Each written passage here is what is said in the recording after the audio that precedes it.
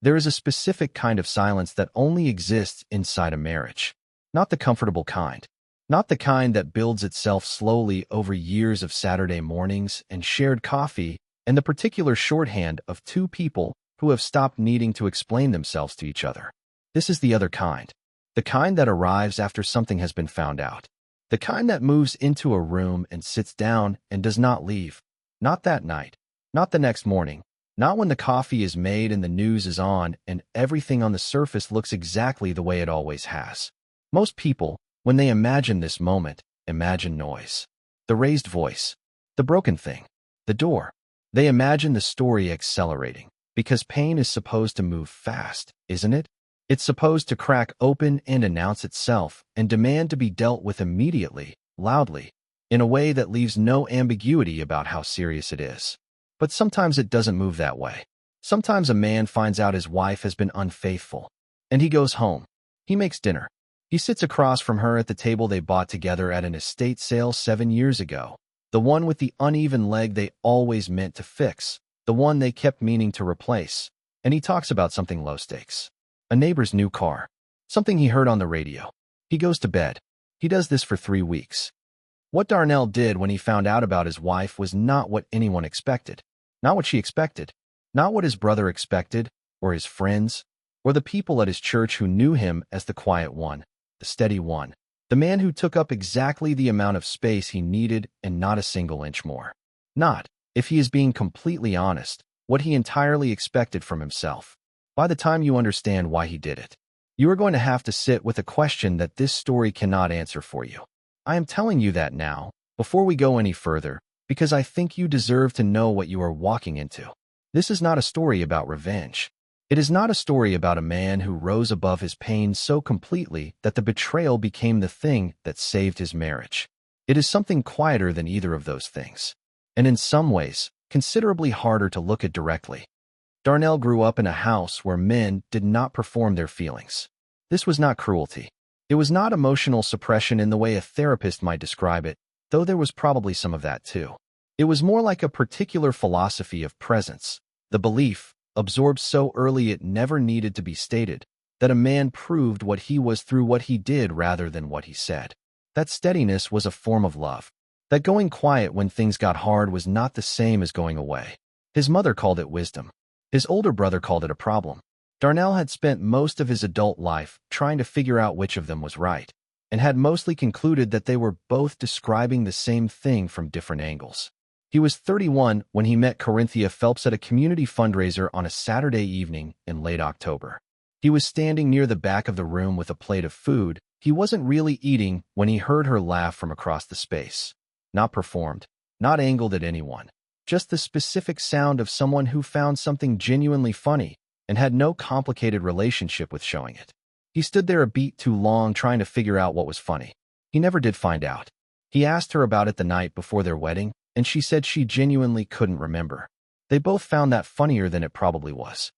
They married when Darnell was 33 and Corinthia was 30. Bought a house in a neighborhood that was halfway between where they both grew up. Close enough to family that Sunday dinners were logistically possible. Far enough that they had built something that was entirely their own. They filled it slowly. Not with things exactly, but with the particular texture of two people learning the specific grammar of sharing space. Her habit of leaving cabinet doors open, every single one, always, as if closing them was a step she had simply never learned to add to the sequence. His Saturday morning routine, fixed and unhurried, the same order of tasks executed with a precision she found both baffling and quietly moving in ways she never fully articulated to him. The small negotiations, the accumulated compromises, the inside references that meant nothing to anyone outside the house and meant everything inside it. And the losses, 2 of them, both handled in the way they handled most hard things, mostly in silence, close together, without a great deal of language. The silence between them worked. For a long time, the silence between them was one of the best things about being in the marriage. Until it wasn't. Until something shifted in the temperature of it.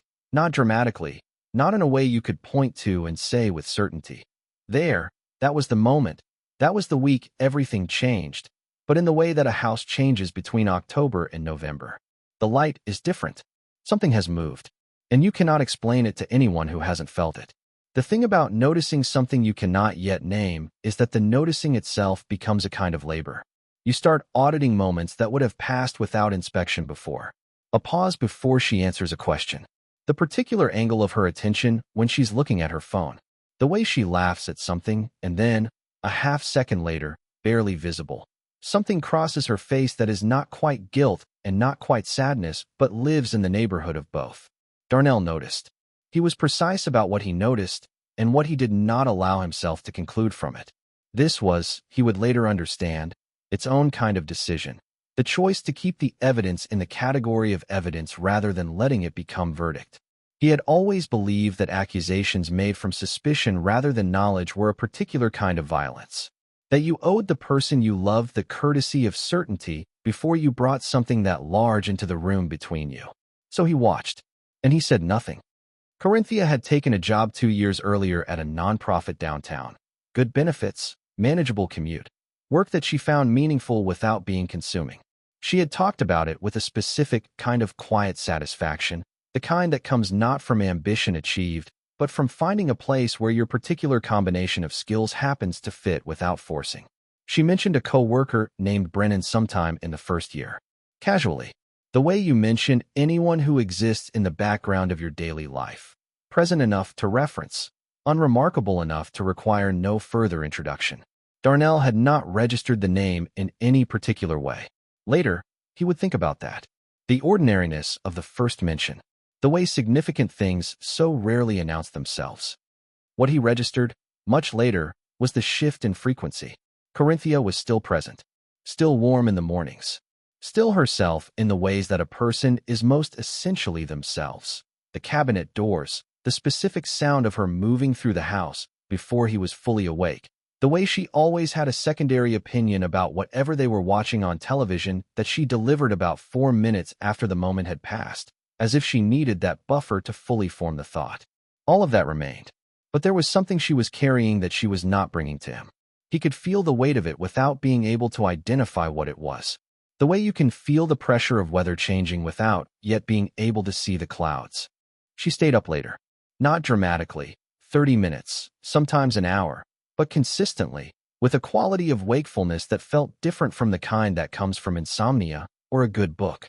She laughed at her phone in a way that was private. Not hidden exactly, just private. Turned slightly away from the room in a manner so small, it would have been invisible to anyone who hadn't spent 7 years learning the exact geography of her attention. She came back from a work trip to Atlanta 3 months after Darnell first began noticing, and she was quieter than the woman who had left.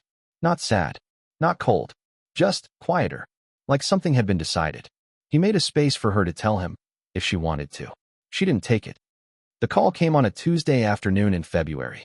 Darnell was in the parking lot of a hardware store.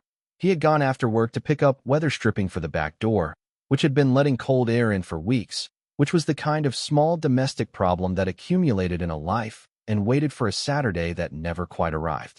He had the weather stripping in a bag on the passenger seat. His phone rang. It was Phyllis, a woman who worked with both of them, who had been at their wedding, who Corinthia had known since college and Darnell had come to think of as the kind of friend who was so embedded in a life that she stopped being a person you thought about distinctly and became simply part of the landscape of it. She was crying before he said a word. Not the kind of crying that builds to something. The kind that was already in progress. The kind that tells you, before a single piece of information has been transmitted, exactly what category of news is coming. He sat very still. He listened. When she finished, he thanked her. He hung up. He sat in that parking lot for 45 minutes. He did not cry. He was not performing stoicism. The feeling was too large and too specific for performance. It was more that the feeling required stillness in order to be felt at all. Like trying to read something in moving water. You had to wait for the surface to settle. The weather stripping sat on the passenger seat. The sky went from late afternoon to early evening. At some point he started the car. He made dinner that night. Salmon. Rice. The green beans with the garlic and lemon that Corinthia had mentioned once, years ago, that she liked more than the way he usually made them, and that he had made the same way ever since without either of them ever remarking on it. He set the table. He sat across from her. He talked about the neighbor's new car, A purchase that had generated a specific kind of neighborhood commentary that was funny in the way small community dramas are funny, which is to say mostly harmless and entirely consuming if you let it be. Corinthia laughed in the right places. He watched her laugh. He went to bed. He did this for 3 weeks. 21 days of knowing. 21 mornings of waking beside her with the knowledge already present before full consciousness arrived. The way a bruise announces itself before you remember how you got it. 21 evenings of the ordinary machinery of their shared life running exactly as it always had, from the outside, while something underneath it had been quietly and completely destroyed. His brother called twice during those 3 weeks. Both times Darnell said he was fine. He was not fine, but he was not lost either. He was, with a deliberateness that cost him more than he has ever fully accounted for, deciding something. Not whether to stay or leave. He had already, without quite articulating it to himself in those terms, begun to understand that the marriage as it currently existed was over. That decision had not required 3 weeks. That decision had arrived in a parking lot on a Tuesday evening and had not changed in the days that followed. What the 3 weeks were for was something else. Something more specific. Something that, when you understand it, changes the entire shape of what happened next. Here is what nobody tells you about the period immediately after betrayal. Not the first hour. Not the confrontation, or the conversation, or the moment the door closes. Those moments get talked about. Those moments have language built around them already. A whole architecture of words that exists specifically to describe the acute version of this kind of pain. What doesn't get talked about is the days after the first hour. The days when the acute version has passed. Not because it's over, but because the nervous system cannot sustain that level of intensity indefinitely, and so it recalibrates, and you find yourself doing ordinary things in the middle of an extraordinary wound. Making coffee, answering emails, laughing at something on television that is genuinely funny, even though part of you cannot believe that funny things still exist and that your laugh still works. Those days, that is where the real damage happens or doesn't happen, depending entirely on what a person does with the specific freedom that pain gives you when it is both fully legitimate and completely unwitnessed. Darnell would not have used the phrase open window. He was not a man who reached for metaphors naturally. But if you had asked him, in the 3rd week, to describe what he was navigating, he might have arrived at something like it eventually. The open window. The period of maximum vulnerability. Not to further hurt. He was already hurt. The hurt was complete. There was nothing left to protect in that direction. The vulnerability was different. It was the vulnerability of becoming. Of who you turn into when the pain is legitimate enough that no one would blame you for what you do with it. He could feel the pull of it. He was honest with himself about that. The version of this story where he confronted her with everything he knew and made her feel the full specific weight of what she had done. That version had a logic to it that was not entirely wrong. There was something in him that wanted the explosion, that wanted the release of it, that wanted her to see, without any ambiguity, exactly what had been broken and exactly who had broken it. He sat with that want. He did not act on it. Not because he was a saint. Not because the anger was not real. It was real. It was specific. It arrived in waves at 2 in the morning, and it was not gentle. But because somewhere in the 1st week, between the parking lot and the kitchen table and the 21st morning of waking up with the knowledge already present, he had begun to understand something. The explosion would be for her. The rage performed at full volume would be, in some way he couldn't entirely articulate, but could feel with precision, a gift to her. It would give her something to respond to, something to apologize for, a scene that had a shape she could orient herself within and eventually, in time, find her way out of. What Darnell was sitting with was not a scene. It was a question, and the question was not about Corinthia. I need you to stop here for a moment. Not the question you're probably expecting, whether to forgive her, whether to stay, whether the marriage was worth saving. Those are real questions. They're just not the one. The one was this. Who do you become when you survive something like this? Not immediately. Not in the parking lot. Not at the kitchen table. But on the other side of it, when the acute version has passed, and what's left is the person you are now, shaped by what you chose to do in the window when the pain was loudest and the permission to cause damage was most complete.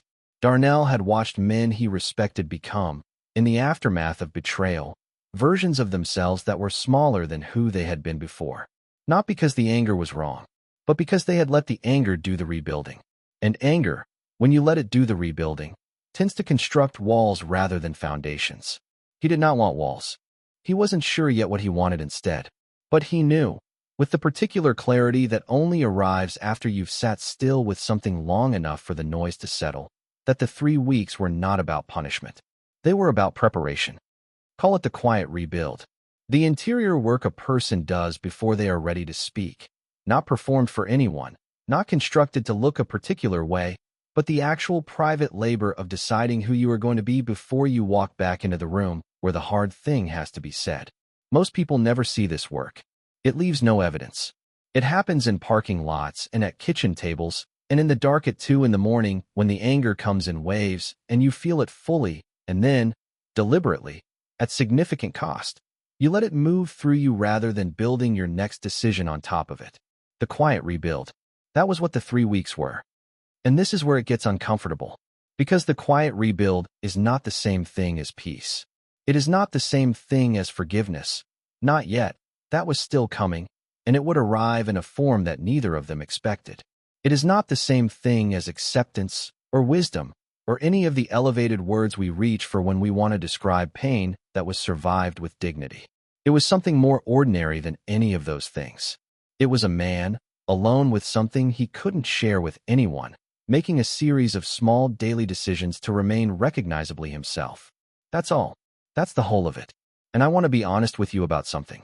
I have spent a significant amount of time with this story, and I still cannot tell you with certainty whether the quiet rebuild was an act of profound emotional intelligence or an act of profound emotional avoidance wearing intelligence's clothing. Both of those things look identical from the outside. Sometimes they look identical from the inside, too. The villain in this story is not Corinthia.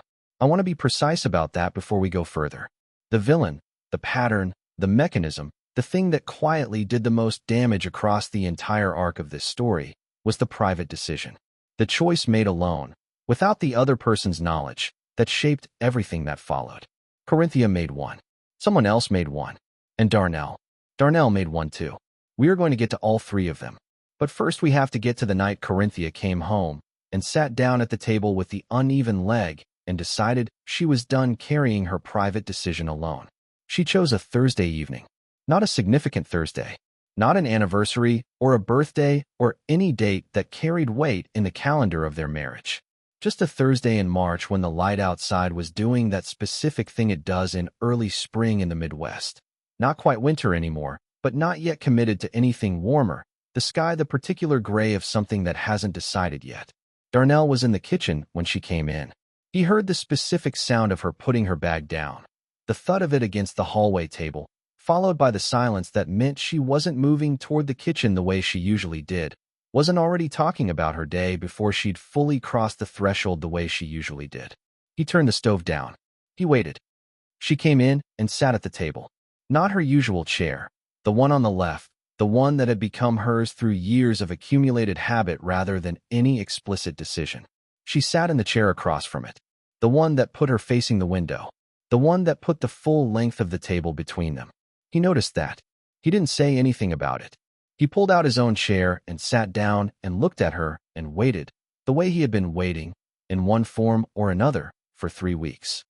Corinthia had rehearsed this. Not the words exactly. She had learned, in the weeks since she ended it, that the words were not the part that could be rehearsed. What she had rehearsed was the beginning, the act of starting, the specific challenge of opening her mouth and allowing the first sentence out, because she understood that once the first sentence existed in the room between them, the rest would follow whether she was ready or not. She had rehearsed the beginning 40 or 50 times in her car, in the shower, in the particular insomnia of 3 in the morning when the guilt was loudest. She started. Her voice was steady. It remained steady through the first part, the how it started, the what it was, the how long. She was precise without being clinical. She did not minimize and she did not elaborate beyond what was true. She had decided, somewhere in the rehearsals, that the most respectful thing she could offer him was accuracy, not a version shaped to manage his reaction, the actual thing. Her voice broke once, in the middle. She stopped, took a breath, continued. When she finished, she did not ask for forgiveness. This was not strategic. It was not a calculation about what was more likely to work. It was that she had arrived, somewhere in the weeks of carrying this, at the understanding that forgiveness was not something she had the right to request. It was his. It belonged entirely to him. The most honest thing she could do was tell the truth completely and then step back and allow him to do whatever he needed to do with it, without putting the additional weight of her need on top of his pain. She set it down between them. She waited. Darnell looked at her for a long moment. The kitchen was very quiet. Outside, somewhere down the street, a car passed. Then he said, "I know." Corinthia went very still. "Phyllis called me," he said. 3 weeks ago. The silence that followed was not like the silences they had built together over 7 years. Those silences had texture. The comfortable kind, the kind that meant something. This one was different. This one had the quality of a room after something has been dropped. The sound still present in the air, even though the object has already landed. She looked at him. He looked back. 3 weeks, she said. It was not quite a question. 3 weeks. She looked at the table, at the uneven leg, at the small cardboard shim he had placed under it sometime in the previous month. She had noticed it and not mentioned it, the way they both not mentioned small domestic things that got quietly managed without announcement. "You've known for 3 weeks, she said, "and you didn't." "I needed to decide something first," he said. She looked up. "What did you need to decide?" He was quiet for a moment. Not the hesitation of someone searching for words. The particular stillness of someone who has had the words for a while and is making sure, one final time, that they are the right ones. "I needed to decide what kind of man I was going to be on the other side of this," he said. "Before I said anything to you. Before I did anything. I needed to know that first." Corinthia said nothing. "The anger was real," he said. "I'm not going to pretend it wasn't. It was real in that parking lot, and it was real at 2 in the morning, and there were days in the last 3 weeks where it was about as real as anything I've ever felt." He paused. "But I watched what carrying it does to a person. I watch what it does to men I know and respect. What it builds in them. What it closes off." He looked at her directly. "I don't want that. I don't want to spend the next 10 years of my life building something out of this anger just because the anger was justified." She was very still. "So I forgive you," he said. The words landed differently than she expected. Not warm. Not cold. Precise. Like something that had been carefully measured before being offered. "Not because you deserve it right now," he said. "I want to be honest about that. I'm not forgiving you because I've processed everything and arrived somewhere peaceful. I'm forgiving you because I watch what it costs to carry unforgiveness, and I am not willing to pay that. I'm doing this for me. You need to understand that distinction." Corinthia was quiet for a long time. The light outside had shifted, that early spring gray deepening toward evening, the kitchen filling with the particular amber of the overhead light they had always meant to replace with something warmer. "That might be the most honest thing you have ever said to me," she said finally. He nodded. "I know." She looked at him. Something moved across her face. Not relief, not gratitude. Something more complicated than either. Something that lived in the territory between being seen and being let go of simultaneously. "It's also the loneliest thing I've ever heard," she said. He nodded at that too. "I know," he said again. He told her he needed her to move out for a while. Not forever. He was precise about that too, in the way he was precise about everything. He didn't know about forever. Forever was a question that belonged to a later version of this conversation, a version he wasn't ready for yet. But for now, for this immediate stretch of time where everything needed to be reassembled from the ground up, he needed the space to do that without the daily negotiation of shared presence. She didn't argue. She didn't ask him to reconsider. She nodded in the way of someone who has already, below the level of conscious thought, understood that this was coming, who has been preparing for it without quite admitting the preparation. She called her sister. She packed a bag. She stood at the front door before she left, bag over one shoulder, the particular expression of someone holding themselves together with significant effort and choosing not to let the effort show. She looked back at him standing in the hallway. He looked at her. Neither of them said anything. The door closed. Darnell stood in the hallway for a long moment. Then he went back to the kitchen. He turned the stove back up. He finished making dinner. He ate alone at the table with the uneven leg. The house was loudest in the mornings. Not because of any sound it made. Because of the specific quality of silence that exists in a space that was built for 2 people and is now holding 1. The cabinet doors stayed closed. The coffee was made in exactly the right amount. The Saturday morning routine continued. Same order, same precision. But the precision felt different now. less like calm and more like the careful maintenance of a structure whose purpose had quietly changed. Darnell went to work, came home, made dinner in the right amounts for one person, which took longer to learn than he expected. The recalibration of quantities, the adjustment of a routine that had been scaled for two for so long that scaling it back felt like a series of small daily subtractions. He didn't talk about it much. His brother called. His mother called. A few friends called, with the particular careful energy of people who have heard something and are trying to determine how much they are supposed to know. He told them he was fine. He told them it was complicated. He told them he appreciated the call. He was not fine. He was not fine either. He was in the specific in-between of a person who has made a significant decision and is now living inside the consequences of it, which is always different from the decision itself in ways you cannot fully anticipate from the outside. The forgiveness did not feel the way he expected. He had thought, somewhere in the 3 weeks, somewhere in the quiet rebuild, that arriving at forgiveness would feel like release, like setting something heavy down after carrying it for a long time. The physical relief of it, the lightness. It didn't feel like that. It felt more like a door he had closed very deliberately and very finally. And standing on this side of it, in the months that followed, he found himself returning to it. Not to open it, that was not the impulse. Just to stand at it, to look at it, to try and understand, with the particular honesty he applied to everything, exactly what kind of door it was. Was it a door he had closed to protect himself? Yes, he was certain of that. He had said as much to Corinthia at the kitchen table. I am doing this for me. And that had been true in the most complete sense. The forgiveness had been an act of self-preservation, a decision to refuse the kind of damage that unforgiveness does to a person over years. But I don't know where you are watching this right now. Maybe it's late. Maybe there's somewhere else you're supposed to be, something else you're supposed to be doing, and you've been here longer than you planned. If you've made it this far, I think you already know why this story is sitting somewhere specific in your chest. Because the question Darnell was standing at, in those months alone in the house, is not really a question about his marriage. It's a question about what it costs to be the person who handles things well. There is a particular loneliness that belongs to people who manage their pain with precision, not people who suppress it. That's different, and it tends to announce itself eventually in ways that are difficult to miss. This is something more specific. The loneliness of people who actually do the work, who sit with the hard thing until they understand it, who arrive at genuine insight rather than performed resolution. The loneliness of it is this. The work is invisible. Nobody sees the parking lot. Nobody sees the 2 in the morning. Nobody sees the 21 mornings of waking up with the knowledge already present and choosing, again, to remain recognizably yourself rather than letting the anger do the rebuilding. What people see is the outcome. The man who forgave his wife. The man who handled it with dignity. The man who said the most honest thing in the room and then held the door open while she left. What they don't see is what it cost. And what it cost. This is the part that Darnell himself was only beginning to understand in the months after Corinthia left, was not just the marriage.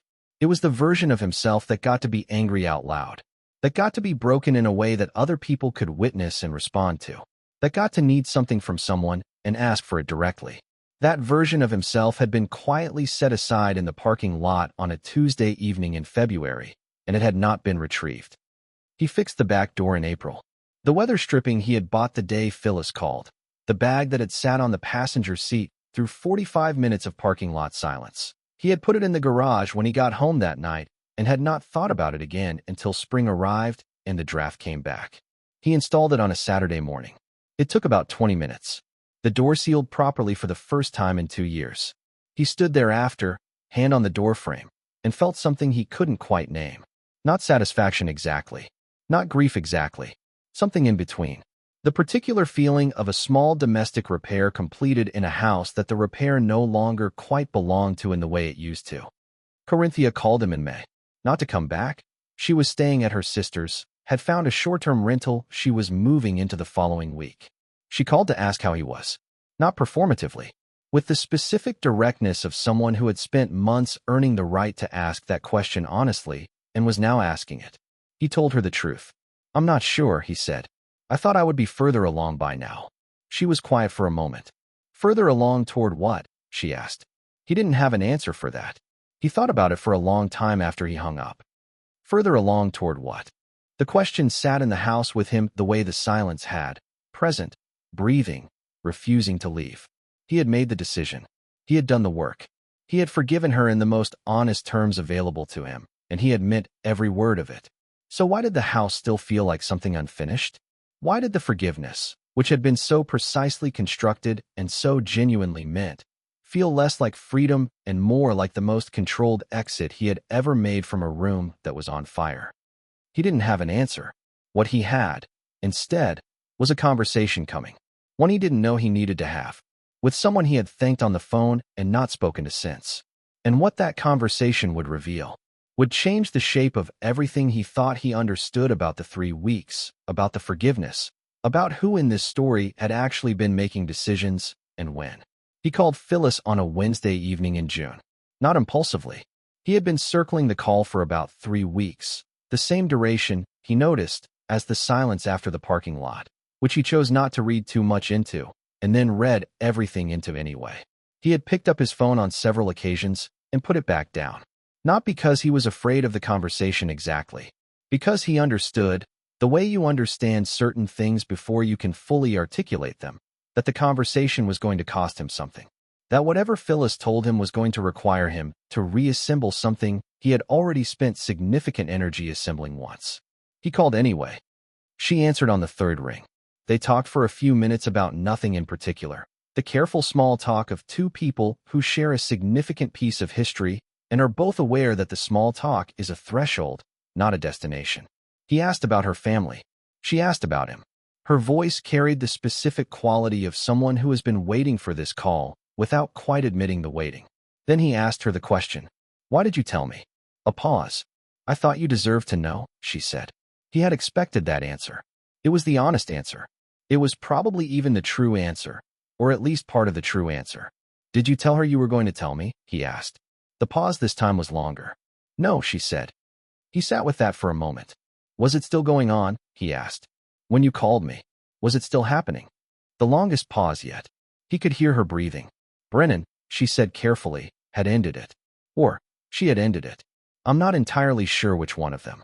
"When?" Darnell said. "About 2 weeks before I called you." The kitchen was very quiet. He was sitting at the table with the uneven leg. The cardboard shim he had placed under it was still there. He had never replaced it with anything more permanent. He looked at it while Phyllis talked. "She was going to tell you," Phyllis said. "I think she was. I genuinely believe that. She needed more time to figure out how. And she stopped. I got impatient," she said finally. "I had been carrying it for almost 3 weeks, and I couldn't carry it anymore, and I told myself I was doing it for you, but I think, another stop. I think I was also doing it for me. To put it down. And I didn't think about what that meant for her. For the timing of it. For the choice I was taking away from her." She was crying now. Quietly. The same quiet crying as the first call, for months ago. "I'm sorry, Darnell," she said. "I've been sorry since about 20 minutes after I hung up." He thanked her. He hung up. He sat at the table for a long time. "Now, this is the part one kept back. I kept it back deliberately, not to manipulate the sequence of the story, but because I think it lands differently here, after you have sat with Darnell through the parking lot, and the 3 weeks, and the kitchen table, and the months alone in the house, than it would have landed at the beginning. Here is what the call with Phyllis revealed. By the time Darnell knew about the affair, it was already over. Corinthia had ended it herself, 2 weeks before Phyllis picked up the phone. She had made that decision alone, in private, without being caught, and without being confronted. She had ended it, and she had been living with the weight of what she needed to tell her husband, preparing herself, in her own imperfect and frightened and guilt-ridden way, for the conversation at the kitchen table. She had just needed a little more time. She didn't get it. Sit with that for a moment, because here is what it means for the shape of the entire story. There were 3 private decisions made in the span of about 5 weeks. Corinthia made the first one. She ended the affair, alone, without announcement, and began preparing to tell the truth on her own terms and in her own time. Phyllis made the second one. She called Darnell without telling Corinthia she was going to, taking the choice of timing away from her, putting the information into the world before Corinthia had found her way to it herself. Darnell made the third one. He sat with the knowledge for 3 weeks, alone, making the most significant decisions of his marriage in private, arriving at forgiveness, and at the terms of separation before Corinthia had any idea he knew. 3 people, 3 private decisions, each one made with genuine motivation, each one understandable from the inside, each one reasonable given what the person knew and felt and believed they were doing, and each one removing something from someone else. Corinthia's private decision removed the safety of confession from her eventual truth-telling. By the time she sat down at the table, she was confessing to a man who already knew, which changed the nature of what she was offering him in ways neither of them fully understood in the moment. Phyllis's private decision removed Corinthia's choice of timing. The 2 weeks she had been using to prepare herself, to find the right words, to arrive at the conversation on her own terms. Darnell's private decision removed Corinthia's ability to witness his processing, the anger, the grief, the 2 in the morning, the parking lot. She never saw any of it.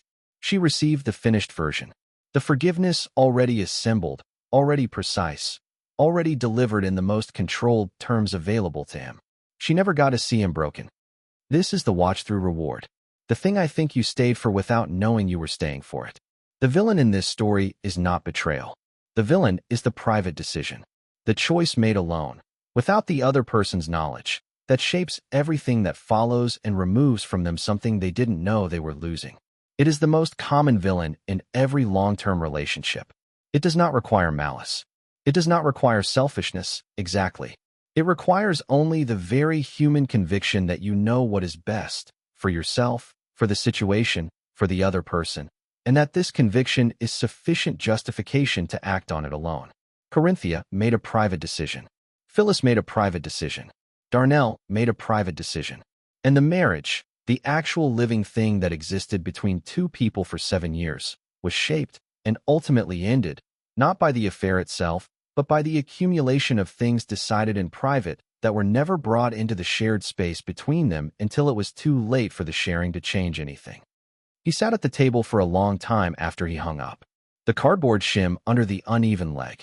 The overhead light they had always meant to replace with something warmer.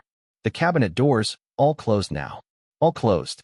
The thing about receiving information that reframes everything is that it doesn't undo anything. That is the part people get wrong when they imagine what it would feel like. They imagine the reframe as a kind of erasure, a revision of the record, a way of going back through the story and changing what happened. But the record doesn't change. The parking lot still happened. The 3 weeks still happened. The kitchen table, the forgiveness, the bag packed and the particular efficiency of someone who had already understood before being told. All of it still happened exactly as it happened. What changes is the angle you're looking at it from. And sometimes a change of angle is everything. Darnell had forgiven Corinthia for having an affair that she had already ended before he knew about it. He had spent 3 weeks in the quiet rebuild, constructing, with significant deliberate effort, the most controlled and precise response available to him. In response to a situation that was, by the time he was responding to it, already partially resolved by the person he was responding to. She had made her decision first. He had never known that. He had entered that kitchen table conversation believing he was forgiving a woman who was still, in some present tense sense, the person who had done this, who had chosen this, who was arriving at honesty only because she had been caught, or because the weight had become unbearable, or some combination of both. He had not known he was forgiving a woman who had already, 2 weeks earlier, in private, chosen differently. Does it change what she did? No. The months are still the months. The frequency she was operating on that he wasn't being allowed into, that was still real. The Atlanta trip. The private laugh at the phone. The temperature shift in the house between October and November. None of that is revised by the knowledge that she ended it before he found out. But it changes something. It changes the specific texture of what she brought to the table that Thursday evening in March. She had not come to confess because she was caught. She had come because she had already made the harder decision, the one that didn't require being caught, and she was trying to honor it. She had come, in the most honest reading of it, to complete something she had already begun alone. And Darnell, who prided himself on precision, on knowing the full shape of a thing before responding to it, on the quiet rebuild rather than the explosion, had responded to an incomplete picture with complete certainty. He was not wrong to forgive her. I want to be precise about that. The forgiveness was real. He had said it was for him, and it was for him. That part was exactly what it appeared to be. The decision not to let the anger do the rebuilding was the right decision. The refusal to climb through the open window was the right refusal. But there is a question underneath all of it that Darnell had not been able to ask himself until now. The question is this: would the forgiveness have looked the same if he had known? If Phyllis had called him and said, "She ended it 2 weeks ago. She's been trying to find the words to tell you. She made the harder decision on her own." Would the 3 weeks have been the same 3 weeks? Would the forgiveness have arrived at the kitchen table in the same precise, controlled, "I am doing this for me" terms? Or would knowing have changed something in him? Softened something? Opened something? Made space for a version of the conversation that was less a delivery and more a meeting? He didn't know. He had been sitting with that question since June. He suspected he would be sitting with it for a long time. Almost wish I hadn't found this part of the story. Because before the call with Phyllis, the story had a shape that was difficult but navigable. A man betrayed, who chose dignity over damage, who forgave precisely and honestly and on his own terms. That story is real. That story is also true. But this version is harder to hold.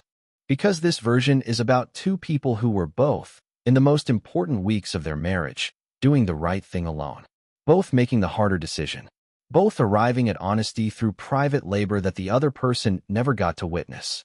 Both, in their own way, protecting themselves with the precision of people who have learned that the most vulnerable version of themselves is not safe to show in the open.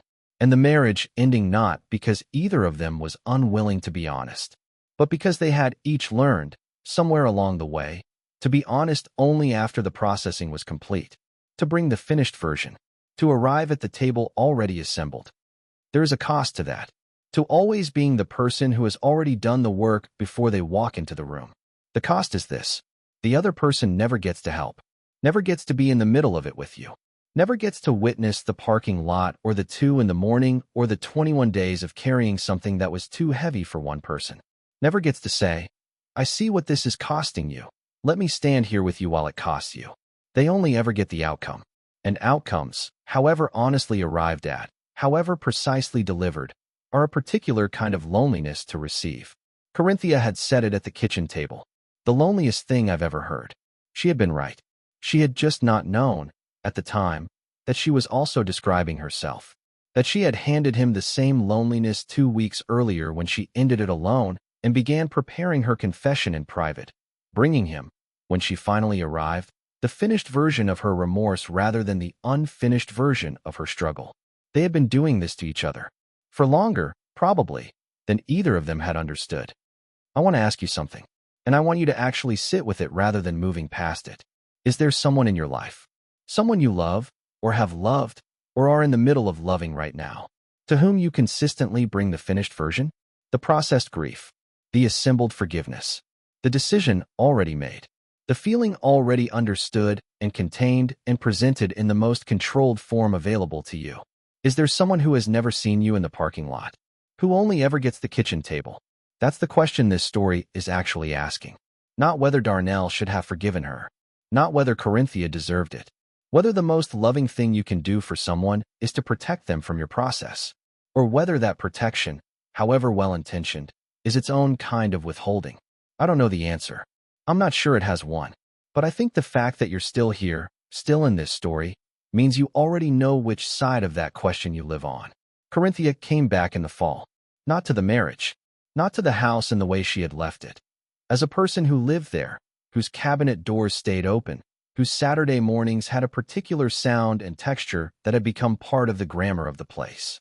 She came back the way people come back to something that has been fundamentally altered, carefully, with full awareness of what is different, without pretending the difference is smaller than it is. She called first, asked if she could come by. He said yes. She arrived on a Saturday afternoon in October. The light was doing the thing it does in early fall in the Midwest, specific and slanted, the kind of light that makes ordinary things look considered, like someone arranged them deliberately. She stood on the porch for a moment before he opened the door, and he watched her through the window doing what he recognized as the same thing he had done in the parking lot, going still, measuring something, making sure she was ready before she walked into the room. He opened the door before she knocked. She looked at him. "Hey," she said. "Hey," he said. They sat at the kitchen table. The uneven leg, the cardboard shim, still there, still holding. The overhead light they had always meant to replace, casting the same amber it always had. She looked around the kitchen with the particular expression of someone taking inventory of a place they know too well to see clearly anymore, trying to look at it the way a stranger would and finding they can't quite get there. "You fixed the back door," she said. "April," he said. She nodded. "I always meant to remind you about that." "I know." They talked for a long time. Not about the affair. That conversation had happened at this table in March, and it was not a conversation either of them needed to have again. What they talked about was quieter than that. More specific. The kind of conversation that is only possible between two people who have been through the same weather and survived it, and are now trying to figure out what, if anything, remains on the other side. At some point, he told her about the call with Phyllis. He told her what Phyllis had said about the timing, about the 2 weeks, about the choice that had been taken away. Corinthia listened without interrupting. When he finished, she was quiet for a long moment. "I was going to tell you," she said. "I need you to know that. Not because it changes anything, but because it's true and I need it to be in the room." "I know," he said. "Do you?" He looked at her. "I think I do," he said. "Now?" She asked him, then, the question she had been carrying since March. "The forgiveness," she said. "The way you said it. I'm doing this for me." She looked at him carefully. "Did you mean that the way it sounded? Or was there something else in it?" He was quiet for a long time. This was the question he had been turning over since June. Since the call with Phyllis. Since the cardboard shim and the closed cabinet doors and the Saturday mornings scaled for one. "Both," he said finally. She waited. "I meant it exactly the way I said it," he said. "And I think it was also the most controlled exit I have ever made from a room I didn't know how to stay in." He paused. "I've been trying to figure out if those two things cancel each other out. Do they?" "I don't think so," he said. "I think they're both just true at the same time." She nodded slowly. "I ended it before you knew," she said. "And I've been trying to figure out if that makes what I did better, or if it just means I got to feel better about myself before you got to feel anything." He looked at her. "I think it's both," he said. She almost smiled. "We're very good at both," she said. "We always were," he said. "They are not together. I want to be clear about that because this story has the shape, at certain angles, of a reconciliation. Two people at a kitchen table in October light, talking honestly for the first time in longer than either of them wants to examine. And I don't want you to leave with something tidier than what's actually there. They are not together. What they are is harder to name. Two people who broke something real and are now in the slow, careful process of figuring out what, if anything, can be built in the specific shape left behind. Not the same thing. Not a reconstruction of what was. Something that has the scar tissue of the old thing worked into its structure. Visible, present, not hidden. That process has no timetable. It has no guaranteed outcome. It is, on its best days, two people choosing to remain honest with each other about something that would be much easier to close the door on entirely. Darnell still has the table. He never replaced it. The cardboard shim is still under the uneven leg. He has thought about replacing it with something more permanent and has not gotten around to it, which he suspects is not entirely about the shim. The cabinet doors stay closed now, not because he changed anything deliberately, just because the habit that kept them open is no longer in the house, and in its absence the doors stay where you leave them. He notices it sometimes. The closed doors. He has not decided how he feels about them. There is something I have been sitting with since I first heard this story, something I have not been able to resolve, and am not going to resolve for you now, at the end, because I think handing you a resolution would be the least honest thing I could do with what this story is actually about. Darnell's forgiveness was real. It was also, in some way he is still examining, a final act of distance wearing Grace's clothing. Both of those things are true. And I think the reason this story stays with people, the reason you are still here, at this point, in this kitchen, at this table, is that most of us have given or received exactly that kind of forgiveness at least once. The kind that was genuine. The kind that also closed something. The kind where you cannot fully separate the grace from the goodbye. If you're someone who recognized themselves in this story, not in the betrayal, not necessarily, but in the private decision, in the finished version brought to the table, in the parking lot nobody got to see, in the forgiveness offered before it was asked for, on terms that were honest and also, quietly, final, drop it in the comments. Not what you think about what happened, what it reminded you of, what you recognized. The most interesting conversations in this comment section are never about the people in the story. They are about the person watching it. If this is the kind of storytelling you are looking for, stories that do not hand you the verdict, that respect what you have actually been through enough to leave the complicated parts complicated, subscribe. This channel is not for people who want the ending tied cleanly. It is for people whose emotional intelligence is high enough to sit with the version that is actually true. If that is you, you are already in the right place. The video I would point you toward next is about a woman who stayed. Not because she had to. Not because she had nowhere to go. Because she made a calculation that looked, from the outside, exactly like love. And from the inside was something she is still trying to name. It starts where this one ends. The question of what we call it when we choose to remain. Right here. Darnell fixed the weather stripping in April. The door seals properly now. The draft is gone. He did it on a Saturday morning, alone, in the same order as always. It took about 20 minutes. He stood with his hand on the doorframe afterward. Not because anything was wrong. Just because sometimes you finish a thing and you need a moment before you move on to the next one. Just because a door that finally seals, after years of letting the cold in, deserves at least that. The question I cannot answer.